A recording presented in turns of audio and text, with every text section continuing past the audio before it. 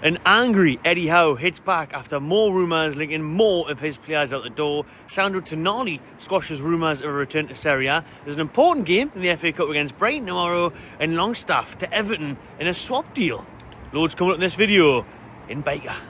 Yes, people, welcome back to my channel TV. Welcome back to Baker. Actually, welcome back to Baker. I've never done a video here before, but it's sunny Baker. My car is in for a service and MOT. I've just been in the gym there, so I've got a good couple of hours to kill at least, and I thought I'll jump on, do a video, talk about Brighton tomorrow, massive game at St James's, looking to get the quarters of the FA Cup, loads of transfer news knocking about still, in a reaction to Eddie Howe's press conference. I'm like the bird lady, yeah, surrounded by really pigeons. But look at this view as well, by the way, right in the background, if you can see it. I'm not too far away. Millennium Bridge, Time Bridge just about, a little bit of the Sage. You obviously Baker Wild behind me. We're going to take a little seat on this bench here and a quick chat with you lot. Hope everyone's doing alright, enjoying the Saturday so far. Saturday sunshine, what more do you want? Do you know what I mean? And a big FA Cup game tomorrow to look forward to. Before we talk about that, I'm trying to avoid getting crapped on by the birds here.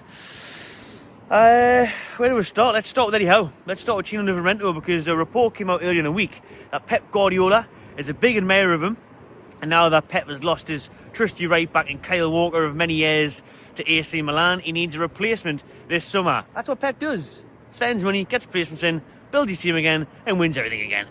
So we've seen they did that in January with Marmouche and all the rest of them, and Nico Gonzalez, who were the two key players that beat us at the Etihad last month. Well, and now I want to take Tino off our hands.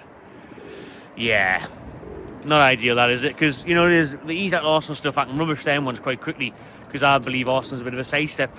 But Man City win everything.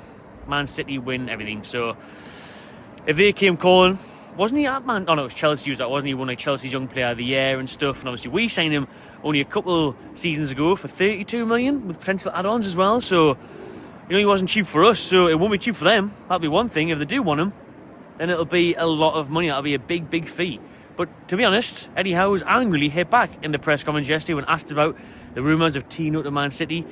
He said, I'm frustrated at this now. It's frustrating that I'm having to constantly talk about my players leaving, my star players leaving, when they want to go the opposite way in terms of signing players and strengthening the squad, not losing players and weakening the squad. Eddie Howe wants to bolster the team and keep a hold of his best players. The beard's looking extra ginger in the sunshine with the cap on. Yeah, that vitamin D in you. Lovely stuff. Forgot what it looks like.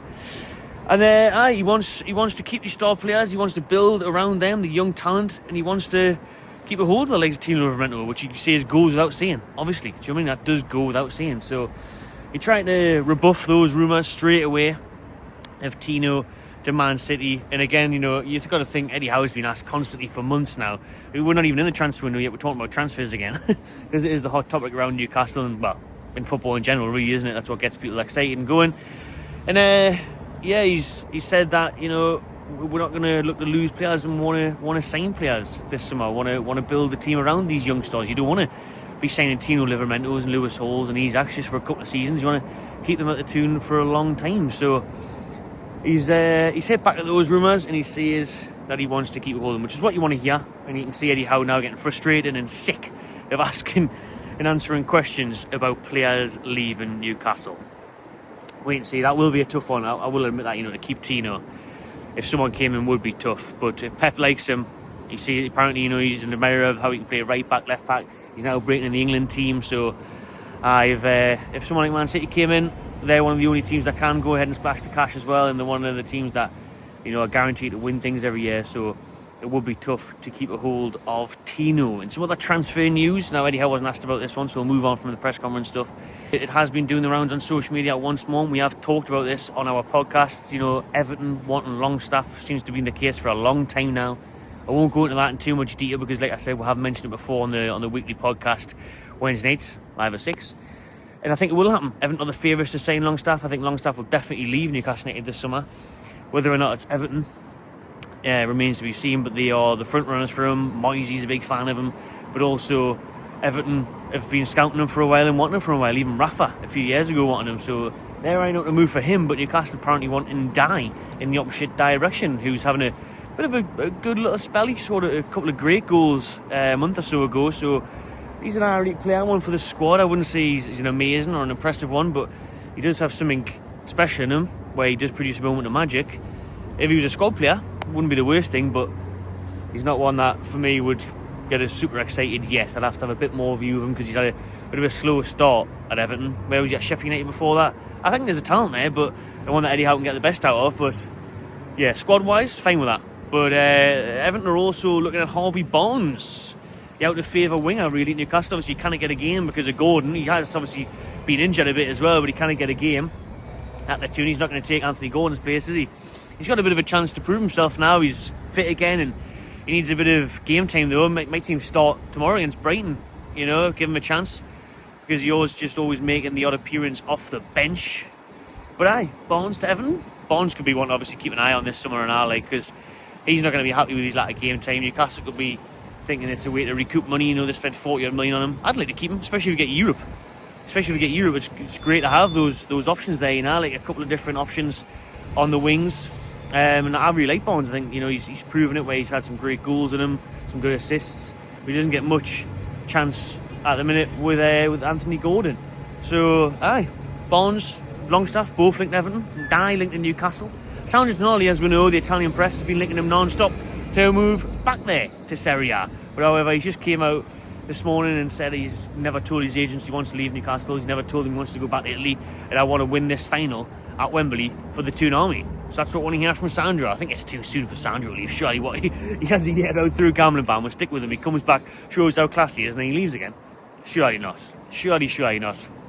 I think honestly Bruno would be more likely to leave than Tonali. It would take a huge fee to get Tonali now. Wow, he's showed how good he is. I absolutely love him, so I can't see Sandro Tonali leaving, and it's good to see he just came out and squashed those rumours straight away and said, nah, not going back to Italy. Love the Toon. Look, he loves Baker Wall. He's absolutely loving life, in the Toon. What would you need Milan for? You know, we got Baker. Quayside. Seriously, Quayside is actually really nice. Yeah, it's alright, nice and sunny. Sunny in Milan, I hope. So, there's that one. What else do we have to talk about in today's video? I guess we kind of just look towards tomorrow's game, and to be honest, Brighton, it's a massive one. It's going to be a tough one. I'm looking forward. I'm going, so make sure you stay tuned to the channel for that one for all the match day content. And Fleet Street are doing a pre-match talk as well with John Gibson and John Anderson, if you want to check that out. And if you haven't got tickets to the game and you're in Toon, watch it at Fleet Street. They will be doing the drinks offer of £1 a drink every time the Toon scores. So if Newcastle score, the next 10 minutes, £1 a pint. Sensational stuff. So get down there and hopefully Newcastle get through to the quarters. But you know what, Brighton's a bit of a bogey team for us, aren't they? They beat us at home already this season. It's not going to be an easy match, that one. It's not going to be an easy one. I'm nervous for it, to be honest. It's going to be interesting to see what team does stop. Will Barnes come in, like I mentioned before? Will Dubravka come back in? Is Botman, Joe Linton going to be fit? Isak?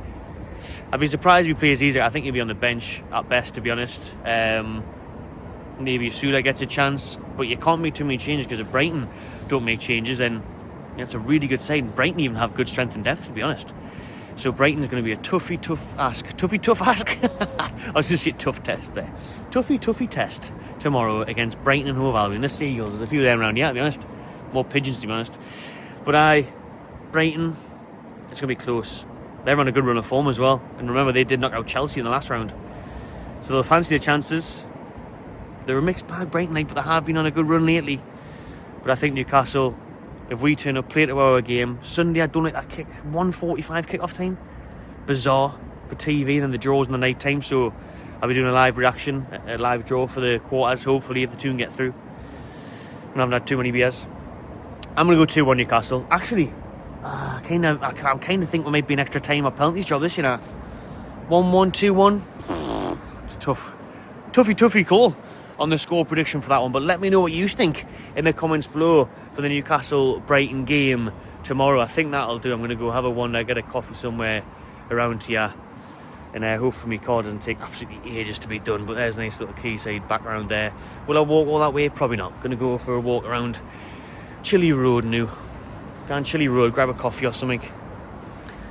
Waste a bit more time, but I'm buzzing that the weather's alright, because it would have been a nightmare this if it was pissing down and I had all these hours to kill. Anyways, thanks for watching everyone. Subscribe to the channel. I'll see you in the next one.